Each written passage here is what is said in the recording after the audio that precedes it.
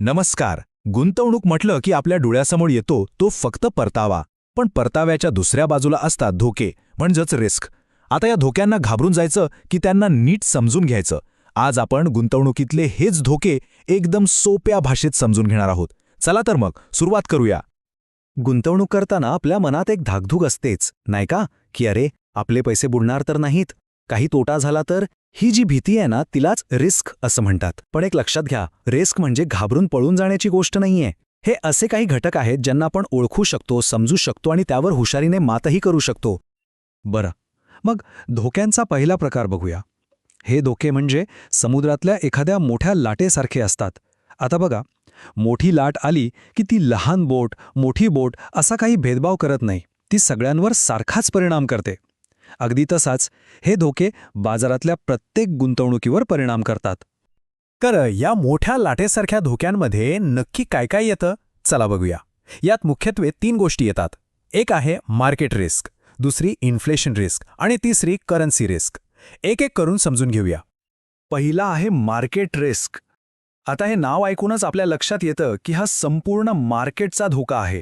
म्हणजे समजा देशाच्या अर्थव्यवस्थेत काही बदल झाले, व्याजदर वाढले किंवा काही राजकीय अस्थिरता आली, तर याचा फटका संपूर्ण बाजाराला बसतो.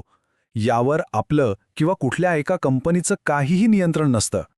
आपण जे समुद्राच्या लाटेचं उदाहरण बघितलं ना, हे अगदी तसंच आहे.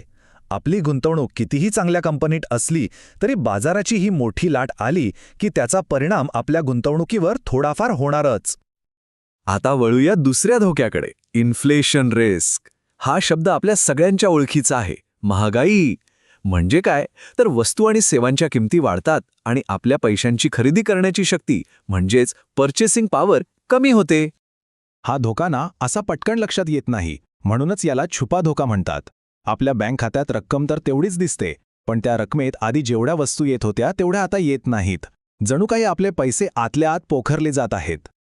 आणि या प्रकारातला तिसरा धोका म्हणजे करन्सी रिस्क. बरं, हा धोका सगळ्यांनाच लागू होतो असं नाही. हा खास करून त्यांच्यासाठी आहे जे परदेशी कंपन्यांमध्ये किंवा परदेशी चलनामध्ये गुंतवणूक करतात. 2 देशांच्या चलनांच्या किमतीत जो बदल होतो त्यामुळे हा धोका निर्माण होतो. हे समजायला एकदम सोपं आहे. आपण रोज बातम्यांमध्ये ऐकतो, डॉलरच्या तुलनेत रुपया मजबूत झाला किंवा रुपया घसरला. बस ह्याच चढ उतारामुळे परदेशात केलेल्या गुंतवणुकीच्या मूल्यावर परिणाम होतो आणि त्यालाच करन्सी रिस्क म्हणतात. आणि हा मुद्दा खूप महत्त्वाचा आहे. खरं तर गुंतवणुकीचं सगळ्यात मोठं सूत्र इथेच दडलंय. आपण आत्तापर्यंत जे धोके पाहिले ते संपूर्ण बाजाराचे होते. ते आपण टाळू शकत नाही. पण आता आपण अशा धोक्यांबद्दल बोलणार आहोत जे फक्त एका कंपनीपुरते मर्यादित असतात. आणि सगळ्यात महत्त्वाची गोष्ट म्हणजे ते डायव्हर्सिफिकेशन नावाच्या तंत्राने कमी करता येतात. तर मग आता वळूया दुसऱ्या प्रकारच्या धोक्यांकडे. आपण जे बाजाराच्या लाटेबद्दल बोललो तसे हे नाहीत. याची कल्पना जरा वेगळ्या पद्धतीनं करूया. समजा रस्त्यावर खूप गाड्या चालल्या आहेत, पण त्यातल्या फक्त एका गाडीच्या इंजिनमध्ये बिघाड झाला. मग त्याचा परिणाम फक्त त्याच गाडीवर होईल, रस्त्यावरच्या बाकी गाड्यांवर नाही. या प्रकारातही आपण 3 मुख्य धोके समजून घेणार आहोत. एक आहे अनसिस्टमॅटिक रिस्क, दुसरा आहे बिझनेस रिस्क आणि तिसरा लिक्विडिटी रिस्क. चला, हे काय आहेत ते पाहू. याचं नाव थोडं किचकट वाटेल, अनसिस्टमॅटिक रिस्क, पण अर्थ एकदम सोपा आहे. हा धोका फक्त आणि फक्त एका विशिष्ट कंपनी किंवा सेक्टरपुरता मर्यादित असतो. म्हणजे समजा संपूर्ण शेअर बाजार तेजीत आहे, पण फक्त एका कंपनीत काहीतरी गडबड झाली, तर तो झाला अनसिस्टमॅटिक रिस्क. आता बघा, जे गाडीचं उदाहरण दिलं होतं ते इथे अगदी चपखल बसतं. समजा आपण आपली सगळी पुंजी एकाच कंपनीत गुंतवली. म्हणजे काय? तर आपण एकाच गाडीने प्रवास करतोय आणि जर त्या गाडीचं इंजिन खराब झालं तर आपण अडकलो. पण यावर उपाय आहे, डायव्हर्सिफिकेशन. म्हणजे आपली गुंतवणूक एकाच ठिकाणी न ठेवता वेगवेगळ्या कंपन्यांमध्ये विभागणे. म्हणजे एका गाडीत बिघाड झाला तरी दुसऱ्या गाडीने प्रवास चालू राहील.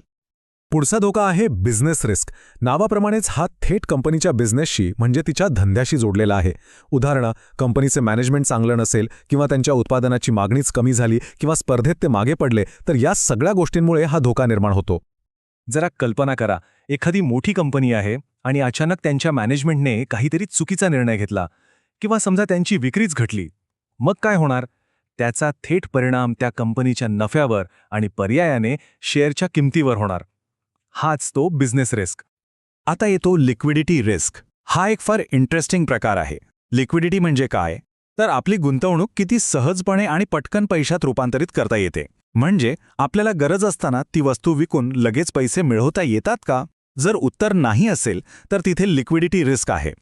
यासाठी सोनं आणि प्रॉपर्टीचं उदाहरण एकदम बेस्ट आहे. समजा आपल्याला आजच्या आज पैशांची गरज आहे.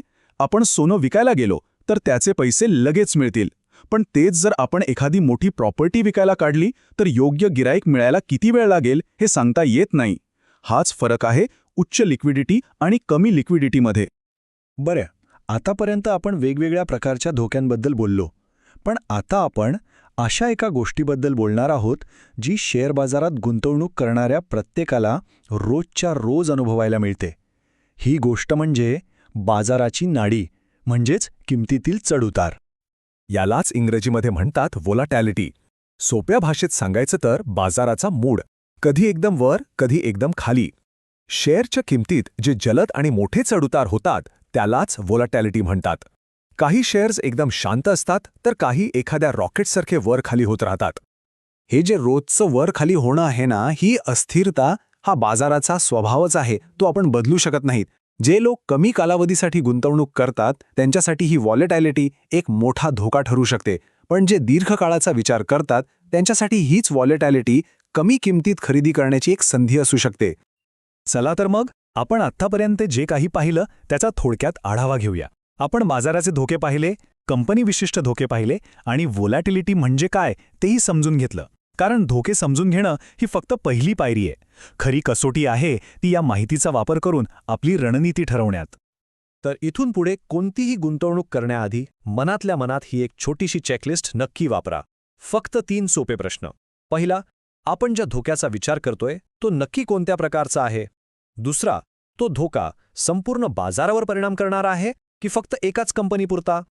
आणि तिसरा, या माहितीच्या आधारे आपली पुढची रणनीती काय असली पाहिजे? आणि जाता जाता हा एक प्रश्न आपल्या सगळ्यांसाठी. आता हे सगळे धोके समजून घेतल्यानंतर गुंतवणुकीकडे बघण्याचा आपला दृष्टिकोन खरंच बदलेल का?